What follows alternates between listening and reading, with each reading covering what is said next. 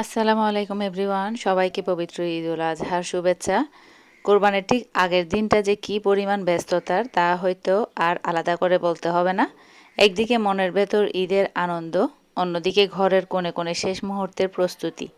মশলা বাটা থেকে শুরু করে ঘরদোর চকচকে করে গুছিয়ে রাখা, আর সেই সাথে চলছে শেষ মুহূর্তে টুকটাক কেনাকাটা।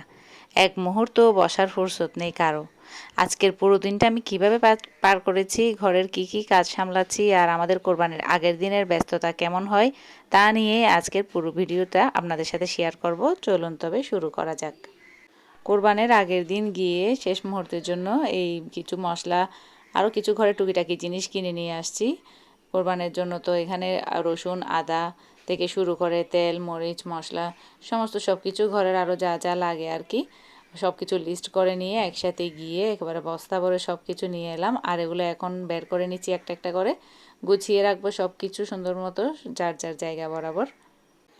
আজকাল বাজারে গেলে কিংবা সংসারের হিসাব মেলাতে বসলে বুকটা কেমন যেন ভারী হয়ে ওঠে, তাই না?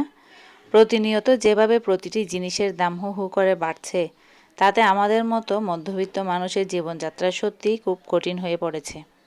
আগে যে বাজেটে পুরো মাসের সংসারটা সুন্দর করে চালিয়ে নেওয়া যেত, এখন সেই একই বাজেটে মাসের অর্ধেক চালাই খুব বেশি কষ্ট হয়ে যায়। চাল, ডাল, তেল থেকে শুরু করে বাচ্চাদের পড়াশোনার খরচ, সব কিছুই যেন মানে সাধারণের নাগালের বাইরে চলে যাচ্ছে আমাদের। উৎসবের আনন্দটুকুও এখন হিসাবের বেড়াজালে বন্দি। মাঝে মাঝে ভাবি, এই যে দামের ঊর্ধ্বগতি, এটা তো শুধু সংসার বা সংসার এদিক ওদিক হওয়া নয়, এর পেছনে লুকিয়ে আছে কত শত মধ্যবিত্ত পরিবারের দীর্ঘশ্বাস, কত মায়ের নীরবে ত্যাগের গল্প।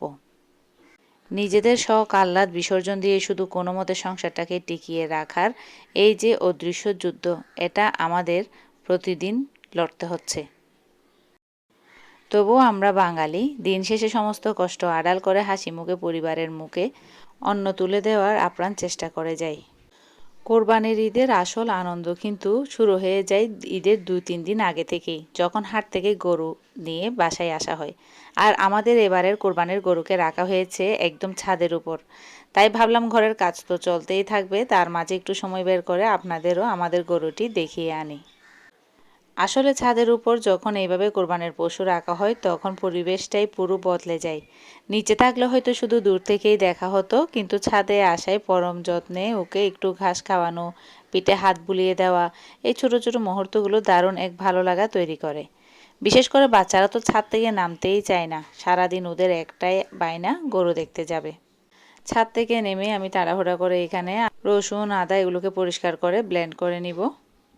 এর মধ্যে তো ইলেকট্রিসিটির সমস্যা আছে অনেক, তো তার মধ্যে আমি এখন এগুলো রসুন আদা ব্লেন্ড করে রেখে দিছি। আর এখন রাতে রুটি তৈরি করতে চলে এলাম। আমি যেই মগটা দেখাচ্ছি এটা নিয়েই মেজারমেন্ট করে আমি প্রথমে আটা বা ময়দাগুলোকে মেপে নিলাম। তারপরে এখানে আমি সেম মানে একই পট দিয়ে পানি দিয়ে দিচ্ছি। আমি আটার ক্ষেত্রে সবসময় যতটুকু পরিমাণ আটা থাকে তার চেয়ে কম পরিমাণ পানি দিই।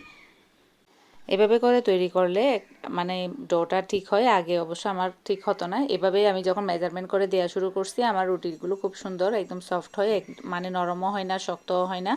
তো আমি সেম ওই কাপটা দিয়ে মগটা দিয়ে প্রথমে আমি ময়দাটা মেপে নিচ্ছি, এটাতে কয় মগ হচ্ছে।